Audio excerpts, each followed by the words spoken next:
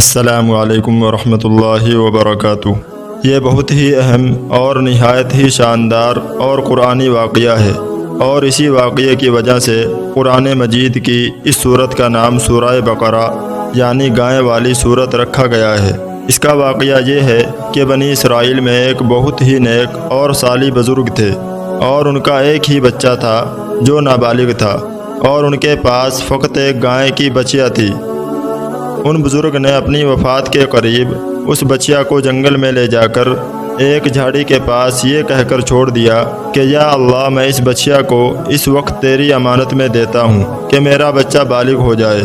اس کے بعد ان بزرگ کی وفات ہو گئی، اور بچیا چند دنوں میں بڑی ہو کر درمیانی عمر کی ہو گئی، اور بچہ جوان ہو کر اپنی ماں کا بہت ہی فرما بردار اور انتہائی نیکوکار ہوا۔ اس نے اپنی رات کو 3 حصوں میں تقسیم کر رکھا تھا۔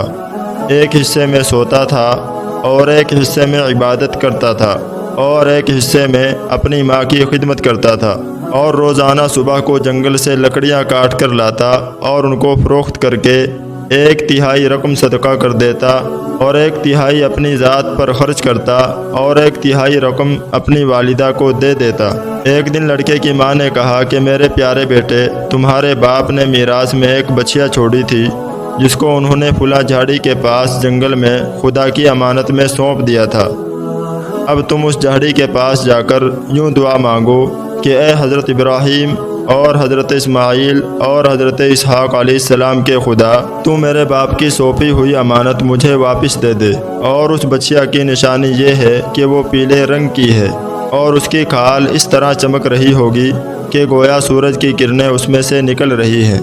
یہ سن کر لڑکا جنگل میں اس جھاڑی کے پاس گیا اور دعا مانگی، تو فوراً ہی وہ گائے دوڑتی ہوئی آ کر اس کے پاس کھڑی ہو گئی، اور یہ اس کو پکڑ کر گھر لایا تو اس کی ماں نے کہا، بیٹا تم اس گائے کو لے جا کر بازار میں 3 دینار میں فروخت کر ڈالو، لیکن کسی گاہک کو بغیر میرے مشورے کے مت دینا۔ ان دنوں بازار میں گائے کی قیمت 3 دینار ہی تھی۔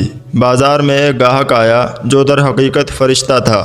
اس نے کہا کہ میں گائے کی قیمت 3 دینار سے زیادہ دوں گا، مگر تم ماں سے مشورہ کیے بغیر گائے میرے ہاتھ فروخت کر ڈالو۔ لڑکے نے کہا کہ تم خواہ کتنی بھی زیادہ قیمت دو، مگر میں اپنی ماں سے مشورہ کیے بغیر ہرگز اس گائے کو نہیں بیچوں گا۔ لڑکے نے ماں سے سارا ماجرا بیان کیا تو ماں نے کہا کہ یہ گاہک شاید کوئی فرشتہ ہو، تو اے بیٹا تم اس سے مشورہ کرو کہ ہم اس گائے کو ابھی فروخت کریں یا نہ کریں۔ چنانچہ اس لڑکے نے بازار میں جب اس گاہک سے مشورہ کیا تو اس نے کہا کہ ابھی تم اس گائے کو نہ فروخت کرو، آئندہ اس گائے کو حضرت موسیٰ علیہ السلام کے لوگ خریدیں گے تو تم اس گائے کے چمڑے میں سونا بھر کر اس کی قیمت طلب کرنا، تو وہ لوگ اتنی ہی قیمت دے کر خریدیں گے۔ چنانچہ چند ہی دنوں کے بعد بنی اسرائیل کے ایک بہت مالدار آدمی کو جس کا نام عامل تھا، اس کے چچا کے دونوں لڑکوں نے قتل کر دیا، اور اس کی لاش کو ایک ویرانے میں ڈال دیا۔ صبح کو قاتل کی تلاش شروع ہوئی، مگر جب کوئی سراغ نہ ملا تو کچھ لوگ حضرت موسیٰ علیہ السلام کی خدمت میں حاضر ہوئے اور قاتل کا پتہ پوچھا، تو آپ نے فرمایا کہ تم لوگ ایک گائے ذبح کرو اور اس کی زبان یا دم کی ہڈی سے لاش کو مارو، تو وہ زندہ ہو کر خود ہی اپنے قاتل کا نام بتا دے گا۔ یہ سن کر بنی اسرائیل نے گائے کے رنگ، اس کی عمر وغیرہ کے بارے میں بحث و قرید شروع کر دی، اور بالآخر جب وہ اچھی طرح سمجھ گئے کہ فلاں قسم کی گائے چاہیے تو ایسی گائے کی تلاش شروع کر دی۔ یہاں تک کہ جب یہ لوگ اس لڑکے کی گائے کے پاس پہنچے تو ہو بہو یہ ایسی ہی گائے تھی جس کی ان لوگوں کو ضرورت تھی۔ چنانچہ ان لوگوں نے گائے کو اس کے چمڑے میں بھر کر سونا اس کی قیمت دے کر خریدا، اور ذبح کر کے اس کی زبان یا دم کی ہڈی سے مقتول کی لاش کو مارا، تو وہ زندہ ہو کر بول اٹھا کہ میرے قاتل میرے چچا کے دونوں لڑکے ہیں جنہوں نے میرے مال کے لالچ میں مجھ کو قتل کر دیا ہے۔ یہ بتا کر پھر وہ مر گیا۔ چنانچہ ان دونوں قاتلوں کو قصاص میں قتل کر دیا گیا، اور مرد صالح کا لڑکا جو اپنی ماں کا فرما بردار تھا کثیر دولت سے مالا مال ہو گیا۔ اس پورے مضمون کو قرآن مجید کی مقدس آیتوں میں اس طرح بیان فرمایا ہے، جس کا ترجمہ یہ ہے، اور جب موسیٰ نے اپنی قوم سے فرمایا خدا تمہیں حکم دیتا ہے کہ ایک گائے ذبح کرو، بولے کہ آپ ہمیں مسخرہ بناتے ہیں۔ فرمایا خدا کی پناہ کہ میں جاہلوں سے ہوں۔ بولے اپنے رب سے دعا کیجئے کہ وہ ہمیں بتائیں گائیں کیسی؟ کہا وہ فرماتا ہے کہ وہ ایک گائے ہے، نہ بوڑھی اور نہ اوسر، بلکہ ان دونوں کے بیچ میں، تو کرو جس کا تمہیں حکم ہوتا ہے۔ بولے اپنے رب سے دعا کیجئے ہمیں بتا دے اس کا رنگ کیا ہے؟ کہا وہ فرماتا ہے وہ ایک پیلی گائے ہے جس کی رنگت ڈہڈہاتی دیکھنے والوں کو خوشی دیتی ہے۔ بولے اپنے رب سے دعا کیجئے کہ ہمارے لیے صاف بیان کرے وہ گائے کیسی ہے، بے شک گایوں میں ہم کو شک پڑ گیا، اور اللہ چاہے تو ہم راہ پا جائیں گے۔ کہا وہ فرماتا ہے کہ وہ ایک گائے ہے جس سے خدمت نہیں لی جاتی کہ زمین جوتے اور نہ کھیتی کو پانی دے، بے عیب ہے جس میں کوئی داغ نہیں۔ بولے اب آپ ٹھیک بات لائے تو اسے ذبح کیا، اور ذبح کرتے معلوم نہ ہوتے تھے، اور جب تم نے ایک خون کیا تو ایک دوسرے پر اس کی تہمت ڈالنے لگے اور اللہ کو ظاہر کرنا جو تم چھپاتے تھے۔ تو ہم نے فرمایا اس مقتول کو اس گائے کا ایک ٹکڑا مارو، اللہ یوں ہی مردے جلائے گا اور تمہیں اپنی نشانیاں دکھاتا ہے کہ کہیں تمہیں عقل ہو۔ اس واقعے سے بہت سی عبرت انگیز اور نصیحت خیز باتیں اور احکام معلوم ہوتے ہیں۔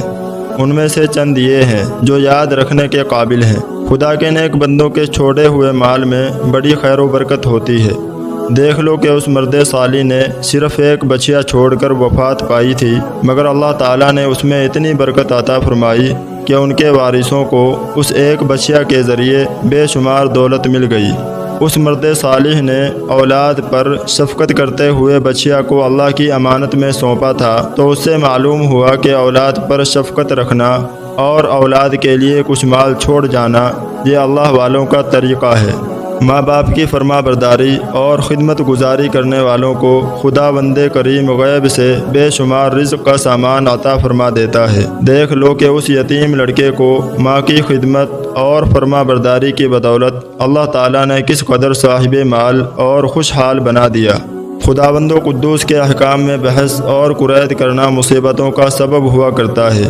دیکھ لو بنی اسرائیل کو ایک گائے ذبح کرنے کا حکم ہوا تھا، وہ کوئی سی بھی ایک گائے ذبح کر دیتے تو فرض ادا ہو جاتا، مگر ان لوگوں نے جب بحث اور قرید شروع کر دی کہ کیسی گائے ہو، کیسا رنگ ہو، کتنی عمر ہو، تو مصیبت میں پڑ گئے کہ انہیں ایک ایسی گائے ذبح کرنی پڑی جو بالکل نایاب تھی۔ اسی لیے اس کی قیمت اتنی زیادہ ادا کرنی پڑی کہ دنیا میں کسی گائے کی اتنی قیمت نہ ہوئی۔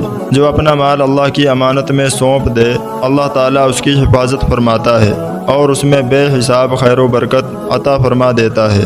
جو اپنے اہل و عیال کو اللہ تعالیٰ کے سپرد فرما دے اللہ تعالیٰ اس کے اہل و عیال کی ایسی پرورش فرماتا ہے کہ جس کا کوئی سوچ بھی نہیں سکتا۔